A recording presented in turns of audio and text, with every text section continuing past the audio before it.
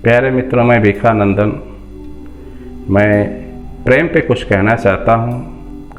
प्रेम क्या चीज़ हो सकता है?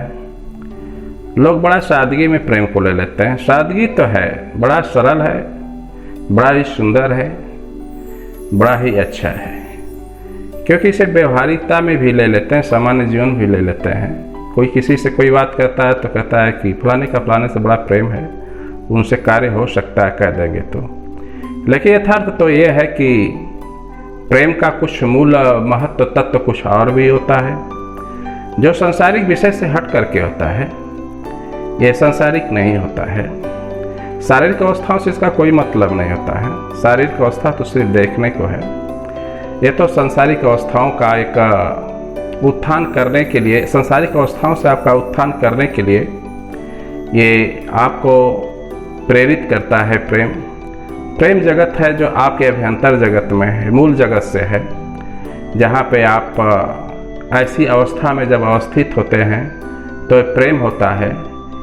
कबीर साहब कहते हैं कि प्रेम गली अति सकरी तामे दो न समाए, क्योंकि प्रेम एक ऐसा चीज़ है कि दो लोगों के बीच में जब स्थापित होता है तो उस बीच कोई नहीं आ सकता, क्योंकि प्रेम कहता है कि दो मिल करके एक हो जाते हैं, दो कभी नहीं हो सकते। इसलिए प्रेम जो है एकात्मक रूप है, इसमें द्वि रूप कभी नहीं हो सकता। लेकिन संसार में जब लोग मिलते हैं तो दो रूप हो जाता, एक एक मिल करके दो हो जाता है। लेकिन इस दुनिया में जब मिलते हैं, अंदर की दुनिया में, तो दो मिल करके एक हो जाते हैं। जब दूध में पानी मिला दिया जाता है या पानी में दूध मिला दिया जाता है तो दोनों मिलकर के एक हो जाते हैं। आप अपने नेत्रों से देख नहीं सकते और आपको यही नजर आएगा कि दोनों एक हैं, उसमें द्विभाव नजर नहीं आ सकता है।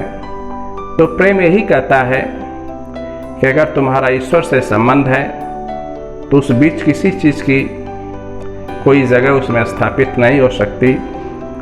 संसार का कोई स्थान नहीं, इंद्रियों का कोई स्थान नहीं, विषय का कोई स्थान नहीं।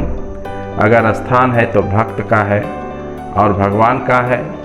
प्रेम का मतलब ये होता है, प्रेम शब्द आध्यात्मिक शब्द है और प्रेम का जो उच्चारण हो रहा है, प का मतलब होता है परमात्मा से, म का मतलब होता है जो मर्म युक्त हो।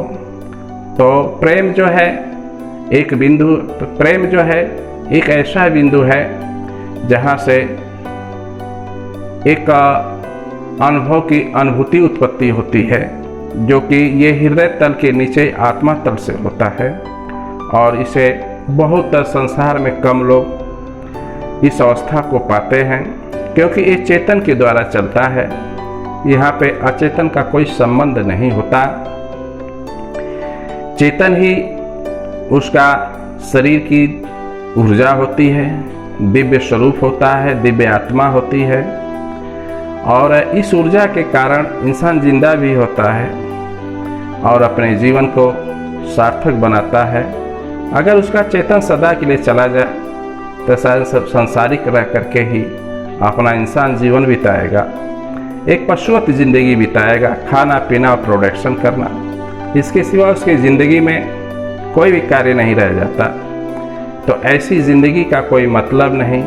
कहा जाता है कि आने जाने वालों से क्या नाता, ये सब है माया के जंजीर, इन्हें छोड़ चलो जहाँ गाए पिया के गीत। तो आना जाना, पैदा होना, मृत्यु हो जाना, इस संसार से चले जाना, अगर जीवन यही है तो फिर तो चेतन शब्द का कोई मतलब ही नहीं होता। लेकिन जब चेतन दिया है ईश्वर ने, इसका कुछ मतलब होता है। तो इसलिए हमें अपने जीवन की तरफ देखना चाहिए। हमारा जो मूल बिंदु है उसके बारे में सोचना चाहिए कि हम कौन हैं, हमारा स्वरूप क्या है, हमारा आत्मा क्या है। इसे अनुसंधान करने के बाद ही प्रेम तत्व का रस प्राप्त होता है। एक बार जब प्रेम का रस चढ़ जाता है तो कभी भी नहीं उतरता।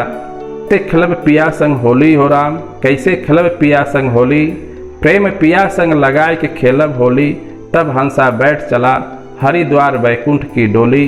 भक्त कहता है कि भगवान से अगर प्रेम करना है तो किस प्रकार करना है। जिस तरह संसार में लोग होली खेलते हैं, अतिशय प्रेम के साथ आपस में लोग गले से मिलते हैं तो बड़ा सारगर्भित हो जाता है प्रेम। तो संसार की होली तो रंगों की होली होती है, लेकिन संदेश तो प्रेम का ही होता है। तो इस तरह जिस तरह संसार दिखा रहा है, ये प्रकृति हमें आभासित करा रही है कि प्रेम का ऐसा ही कुछ भाव होता है। तो होली का रंग जो है हमें भावावेशित करता है, भाव की तरफ दर्शाता है कि प्रेम इस तरह का होता है।